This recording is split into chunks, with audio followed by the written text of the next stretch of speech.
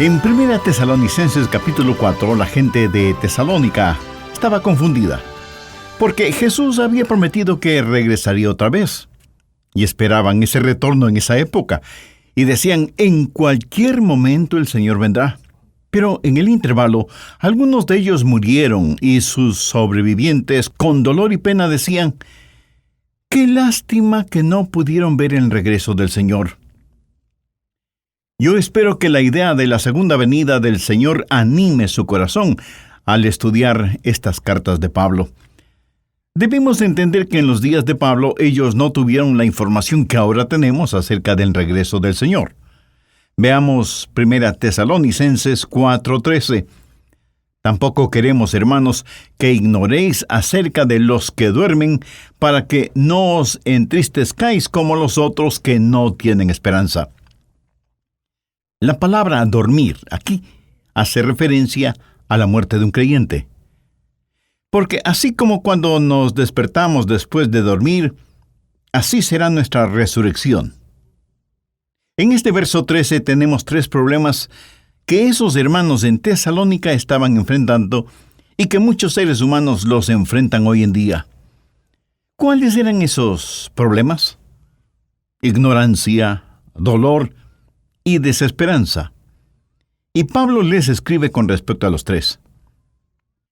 Yo no sé de ninguna esperanza más consoladora que el rapto de la iglesia. Habrá, mi amigo, una gloriosa reunión celestial. Si sus padres, hermanos, hermanas, amigos han muerto conociendo y teniendo a Cristo en el corazón, imagínese lo que será reunirse con ellos en el cielo. Y de eso es de lo que estamos hablando, la consolación de su regreso. Hay 3 cosas que oro para que el Espíritu Santo las grabe en su conciencia hoy. 3 verdades inamovibles que deben estar plantadas en su corazón y mente. Primero, usted puede confiar en la certeza de su venida. Esa es la forma en que Pablo responde a la ignorancia, el dolor y la desesperanza de ellos. Note lo que les dice en el verso 14. Porque si creemos que Jesús murió y resucitó, así también traerá Dios con Jesús a los que durmieron en él. Y en los versos 15 y 16 dice, por lo cual os decimos esto en palabras del Señor, que nosotros que vivimos, que habremos quedado hasta la venida del Señor, no precederemos a los que durmieron, porque el Señor mismo con voz de mando descenderá del cielo. Y aquí el apóstol está dando 2 grandes argumentos o evidencias que hace inamovible la verdad de la segunda venida del Señor. Primero, en el verso 14 dice, porque si creemos que Jesús murió y resucitó, así también traerá Dios con Jesús a los que durmieron con él. Eso habla de seguridad.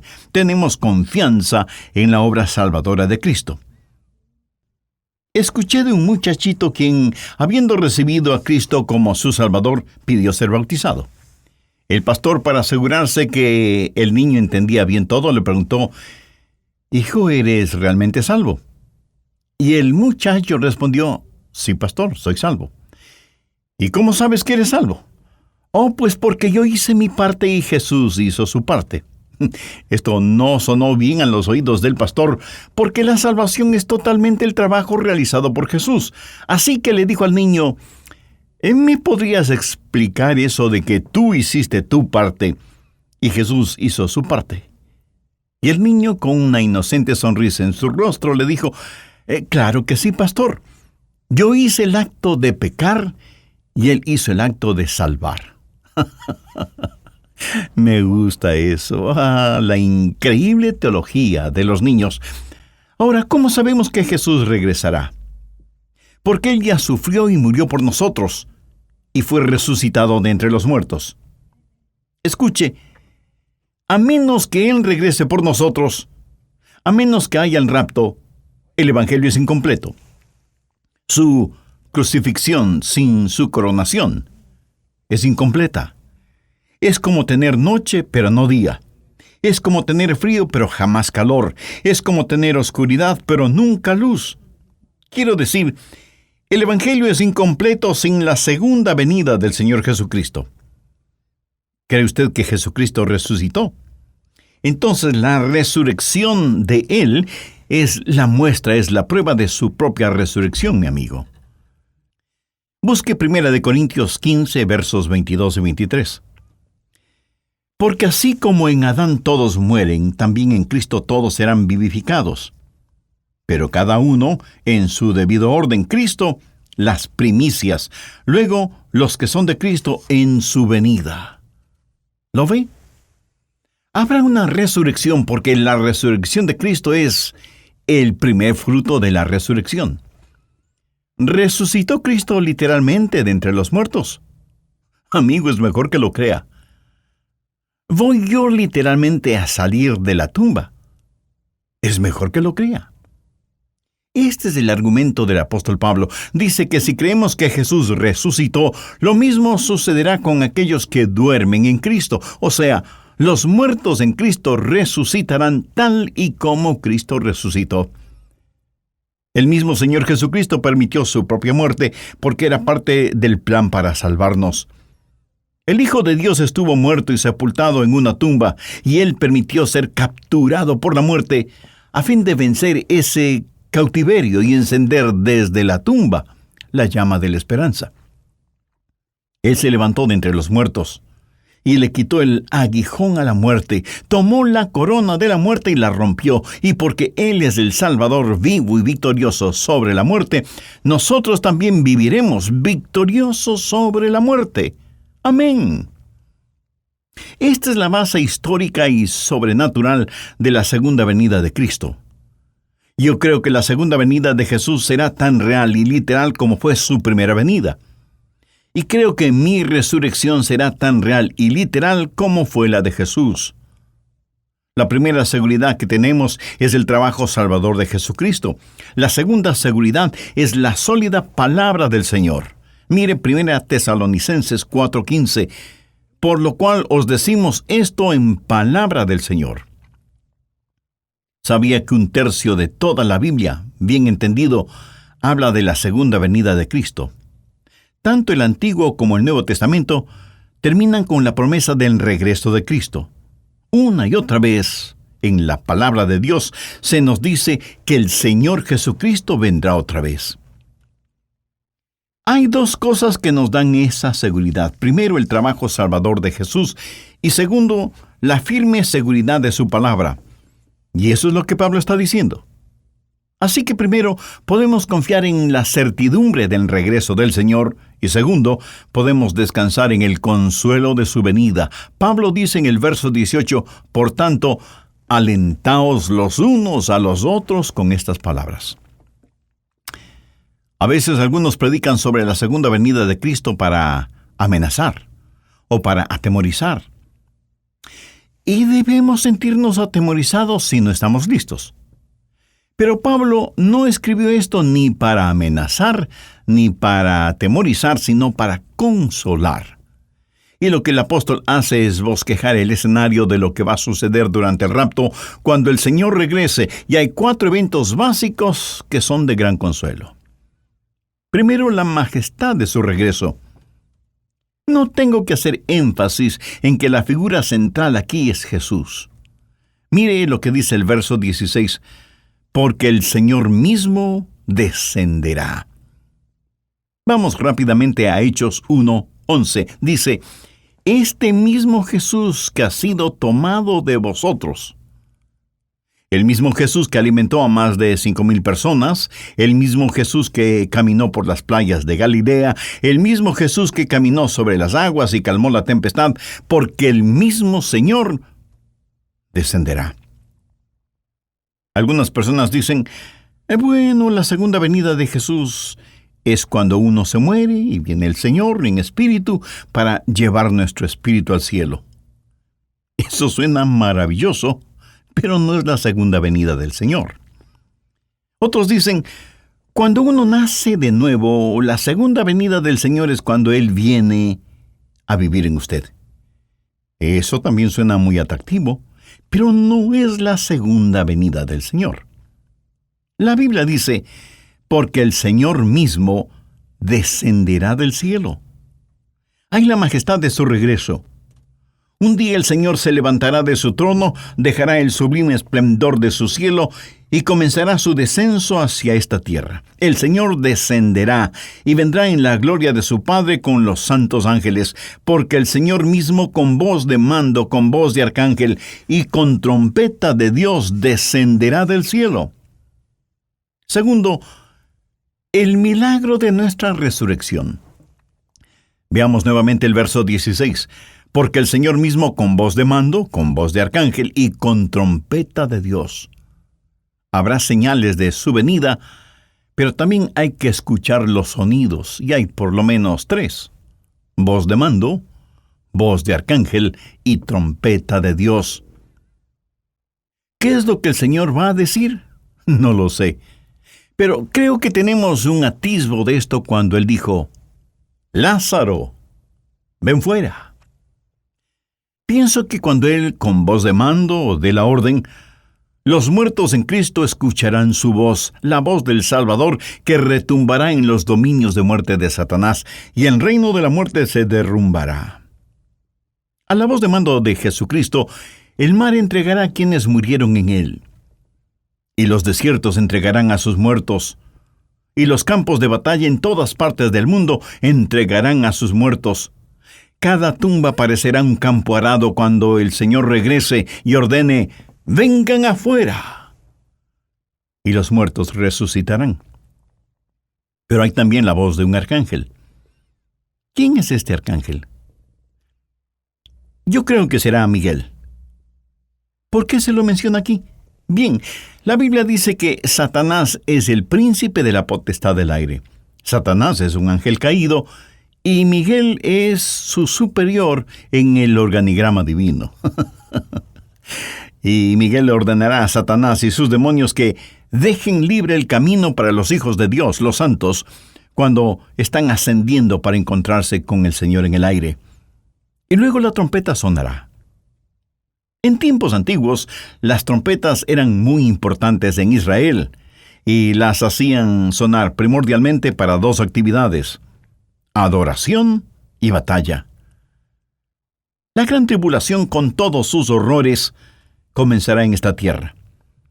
Nuestro Señor descenderá con voz de mando, con voz de arcángel y con trompeta de Dios, y se efectuará el milagro de la resurrección. Y si usted me pregunta, Pastor Rogers, ¿cree usted realmente en una resurrección milagrosa? Usted es un hombre educado. ¿Por qué cree en algo que está más allá de nuestro entendimiento? Muy buena pregunta. Ahora escúcheme. El hecho de que me esté escuchando ahora mismo está más allá de su entendimiento. Quiero decir, Dios lo hizo todo de la nada, ¿verdad? Usted en realidad no entiende el nacimiento humano. Si Dios le pudo formar a usted en el mismo vientre de su madre, no puede levantar de la tumba a alguien. Así que no se preocupe. Nuestro Dios, que es el Dios de los milagros, resucitará a los muertos, sea que usted lo crea o no. No debemos olvidar que la metamorfosis que sufre una oruga para volverse mariposa es un hermoso cuadro de la resurrección. Esa oruga, que para muchas personas es repugnante, se alimenta con hojas y vive en un mundo muy limitado, muy pequeño. Un día, algo así como la muerte llega a la vida de la oruga, y ella empieza a envolverse en una especie de mortaja, de ataúd diminuto, en donde se pasa encerrada por un tiempo. Para el mundo exterior, esa oruga está muerta. Pero la verdad es que solo está durmiendo, sin que importe nada de lo que suceda a su alrededor. Un día es el de la resurrección, y ella sale de su diminuto encierro, pero ya no es una oruga, ahora es una gloriosa, hermosa mariposa, brillante como el sol, diáfana como la mañana, y batiendo sus increíblemente decoradas alas, se eleva hacia el azul del cielo. ¿Es la misma criatura? Sí, pero ahora es diferente porque he experimentado una metamorfosis, o sea, un cambio de forma. La Biblia dice en 1 Corintios 15:51, No todos dormiremos, pero todos seremos transformados en un momento, en un abrir y cerrar de ojos. Hay 4 eventos básicos que son de gran consuelo. En el mensaje anterior vimos primero la majestad de su regreso, segundo, el milagro de nuestra resurrección. Hoy continuaremos con tercero, el misterio del rapto. Primera Tesalonicenses 4:17. Luego nosotros, los que vivimos, los que hayamos quedado, seremos arrebatados juntamente con ellos. El apóstol Pablo estaba esperando el regreso de Jesús mientras él vivía. Note la frase, nosotros los que vivimos, los que hayamos quedado. Cuarto, el desafío de su venida. Habrá millones de personas vivas en la tierra cuando Jesús regrese. Los santos serán transformados en un momento, en un abrir y cerrar de ojos, y cuando se oiga la voz de mando, todos los salvos serán cambiados instantáneamente y arrebatados en el aire para encontrarse con el Señor. Esto es lo que conocemos como el rapto. Ahora, la palabra rapto como tal, usted no la va a encontrar en la Biblia, pero no deje que eso le moleste. La palabra Trinidad tampoco está en la Biblia. Las palabras misiones o soberanía tampoco las encuentra en la Biblia, pero todas estas son doctrinas que se encuentran en la palabra de Dios. Se llama el rapto porque la palabra latina rapto significa agarrar, coger, asir algo con firmeza. Ahora, si a usted no le gusta la palabra rapto, use la palabra arrebato. Una de cuyas acepciones gramaticales es quitar súbitamente algo de alguna parte. En la Biblia se usa esta palabra de muchas formas. Por ejemplo, asir con fuerza. Ellos querían asir a Jesús para tratar de hacerle rey. Y la Biblia dice que lo agarraron con fuerza. Ahora piénselo. Cuando sucede el rapto, usted y yo seremos tomados, asidos, agarrados por una fuerza sobrenatural. Esa fuerza es nuestro Señor. Y ni la fuerza de la gravedad, ni la fuerza de la muerte nos podrán sujetar. Esto me fascina. Significa el tomar una cosa de un lugar y ponerla en otro lugar. El apóstol Pablo dice que él fue arrebatado hasta el tercer cielo. O sea, fue sacado de este espacio terrenal. Eso es lo que el rapto será. Por ejemplo, en el capítulo 17 de los Hechos, se dice que hubo una revuelta, un tumulto en contra de Pablo, y unos lo alaban para acá y otros lo empujaban para allá, hasta que vinieron algunos soldados romanos que rescataron a Pablo y lo llevaron a un lugar seguro. Ahora escúcheme. La iglesia del Señor será arrebatada de este mundo y puesta en la seguridad del cielo, mientras los horrores de la tribulación tendrán lugar en la tierra. Seremos arrebatados en un momento, en un parpadear de los ojos, y este evento, mi estimado amigo o amiga, puede suceder en cualquier momento. A esto la Biblia lo llama un misterio. Mire lo que Pablo dice en 1 Corintios 15:51. He aquí os digo un misterio. Y describe el rapto. Y es este misterio del rapto lo que va a suceder. Y alguien podrá decir, ¿eso suena a algo sobrenatural? Pues sí. Toda nuestra fe es una fe sobrenatural. Y es mejor que usted lo crea. Déjeme darle una ilustración. Digamos que usted toma algunos pedacitos de diferentes metales, cobre, plomo, zinc, cromo, hierro, platino, oro y plata. Luego va a un campo y esparce esos pedacitos de metal por todas partes, removiendo la tierra para cubrirlos. Luego viene con un detector de metales, electromagnético, y al pasarlo por sobre la tierra, algunos metales saltarán, adhiriéndose al electromagneto. Y notará que ni el cobre, ni el plomo, ni el oro, ni la plata, ni el platino serán atraídos por el imán del electromagneto, y solamente el hierro lo será. ¿Por qué? Porque el hierro tiene la misma naturaleza del imán. Por eso es atraído por el electromagneto. Cuando Jesucristo regrese, aquellos que compartimos su misma naturaleza, seremos atraídos hacia Él. La Biblia dice que somos participantes de la naturaleza divina. Si usted ha nacido de nuevo, está rumbo al cielo. Si el Señor Jesucristo vive en usted, experimentará la majestad de su regreso, el milagro de nuestra resurrección y el misterio del rapto. Seremos arrebatados, seremos cambiados, y juntamente con los que durmieron en Cristo, los vivos serán raptados para encontrarse con el Señor en el aire, y entonces experimentaremos la maravilla de nuestra reunión. Primera Tesalonicenses 4:17 dice: Luego nosotros los que vivimos, los que hayamos quedado, seremos arrebatados juntamente con ellos en las nubes para recibir al Señor en el aire, y así estaremos siempre con el Señor. Ahora note lo siguiente. La frase juntamente con ellos hace referencia a los muertos en Cristo que resucitarán primero, como lo dice el verso 16. En los días de Pablo, los creyentes que esperaban el regreso de Jesús se preocupaban por sus seres amados que habían muerto y Cristo no había retornado. Pablo les dice: escuchen, vamos a estar juntos. Padres, madres, hijos e hijas, hermanos y hermanas, si están dormidos en el Señor, todos juntos iremos a encontrarnos con Él en el cielo. El Dr. Robert Lee fue un gran predicador de la palabra de Dios.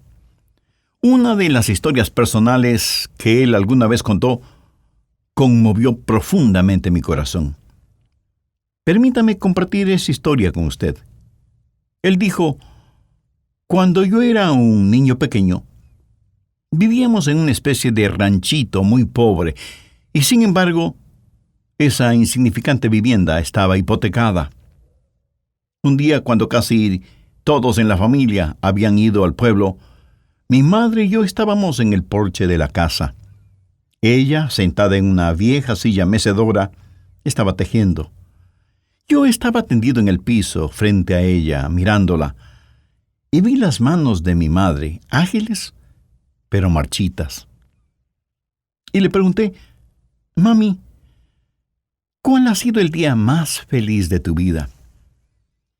Pensé que ella me diría que fue cuando mi papá, que es muy alto y atractivo, le declaró su amor y le pidió que fuera su esposa.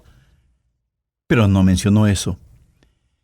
Pensé que ella diría que cuando se casaron y vivieron la vida matrimonial juntos por más de 50 años, hasta cuando Dios se llevó a mi papá al cielo. Pero ella no dijo eso. Ella me respondió: Hijo, has hecho una pregunta difícil. Pero durante nuestra guerra civil, los tiempos fueron difíciles y amargos. Prácticamente todos los hombres fueron a la guerra, incluyendo tu abuelito. No teníamos mucho en el rancho. Tomábamos té hecho de sazafrás o café hecho de maíz duro, tostado y molido. Siendo niña, yo iba con las mujeres a trabajar en el campo. Esos fueron días muy duros, muy duros. Luego recibimos la noticia de que mi papá, o sea, tu abuelito, había muerto en la guerra. Y yo miré a mi mamá. Me preguntaba qué es lo que ella diría o haría. Pero ella no decía mucho. Hasta me parecía que ella era incapaz de llorar. Casi siempre estaba en silencio. Mi dormitorio quedaba junto al de ella y durante la noche yo escuchaba a mamá llorar profunda y amargamente. Pero por la mañana, ella hacía desaparecer de su rostro las huellas de su llanto y se dedicaba a sus quehaceres diarios. Un día yo estuve en el porche, como tú estás ahora, junto a mi mamá. Ella tenía en su falda un recipiente lleno de guisantes y los estaba pelando. Nuestra casita estaba junto a un río. Mi madre levantó la vista de su labor y vio a un hombre caminando por el sendero del río y dijo: Elizabeth, mira, ese hombre camina como tu papá. Luego, mirando más intensamente, me dijo: Hija, te digo que ese hombre se parece a tu papá. Y yo le dije: Mamá, tú sabes que papá está muerto. Desearía que pudiéramos traerlo de regreso, pero no podemos, y no hay necesidad de que te atormentes así. Pero después de unos segundos, ella dio un salto, tirando los guisantes por todo lado y gritando: «¡Es tu papá! ¡Es tu papá!». Y levantando la falda de su vestido, atravesó el campo, corrió por el sendero del río y se refugió no en los brazos, sino en el brazo de su esposo. Él había perdido un brazo durante la guerra, y los dos se abrazaron y se besaron intensamente, y rieron y lloraron todo al mismo tiempo. Siendo una niña, corrí tan rápido como mis pequeñas piernas me lo permitían, y abracé a mi papá en las rodillas, y pasé mi mano por la manga vacía de su camisa. Yo creo que el día más feliz de mi vida fue cuando mi papá regresó de la guerra, aunque le faltara un brazo. El doctor Lee terminó esta historia diciendo: «El momento más feliz de mi madre es nada comparado con el gozo de ver el rostro de Jesús y tocar sus manos perforadas, que abrieron las puertas de la gracia para que nosotros podamos llegar a las puertas de la gloria». Y cuando todos estemos reunidos con el Señor, esa será una reunión para la cual no existen las palabras apropiadas para describirla. Amigo, no solo estaremos seguros de la certidumbre de su regreso y del consuelo de su retorno, sino que debemos responder. Tercero, el desafío de su venida. Otra vez veamos el verso 17. «Luego nosotros, los que vivimos, los que hayamos quedado, seremos arrebatados juntamente con ellos en las nubes para recibir al Señor en el aire, y así estaremos siempre con el Señor». Si a usted no le importa subrayar su Biblia, por favor subraye las palabras «recibir al Señor». ¿Alguna vez ha pensado en eso? ¿Recibir al Señor? ¿No es eso un desafío para usted? Esto no es un encuentro casual o pasajero. Esta frase hace referencia a salir a dar el encuentro, saludar a un embajador que regresa. Es una expresión técnica usada para dar la bienvenida a un dignatario que regresa. Y usted va a su encuentro con una comitiva para saludarle. Iremos a recibir al Señor. Él es el Rey. Y vamos a recibirle porque Él está regresando. Nosotros somos embajadores de Cristo. Uno de estos días, muy pronto, yo voy a tener que dar cuentas. ¡Qué desafío que representa la segunda venida del Señor! Cuando eso suceda, ojalá que podamos decir: «Cuando Él con trompeta de Dios descienda del cielo, quiero que me encuentre vestido de su justicia y sin mancha delante del trono». ¿Está usted listo para la segunda venida de Cristo? ¿Está usted listo para el rapto? ¿Es usted salvo? Como creyente, ¿está listo a decir: «Señor Jesús, te he amado, te he servido, he testificado de ti, he sido fiel»? Cuando Él regrese, no quiero que encuentre sus diezmos en mi cuenta bancaria. No quiero que encuentre licores ni material pornográfico en mi casa. No quiero que encuentre mi corazón lleno de odio. No quiero que cuando Él regrese me encuentre frío e indiferente a sus cosas. Quiero vivir ardientemente por Jesús. Quiero que el fuego de mi vida espiritual inflame la vida espiritual de quienes me rodean: esposa, hijos, nietos, amigos, compañeros de labores, vecinos.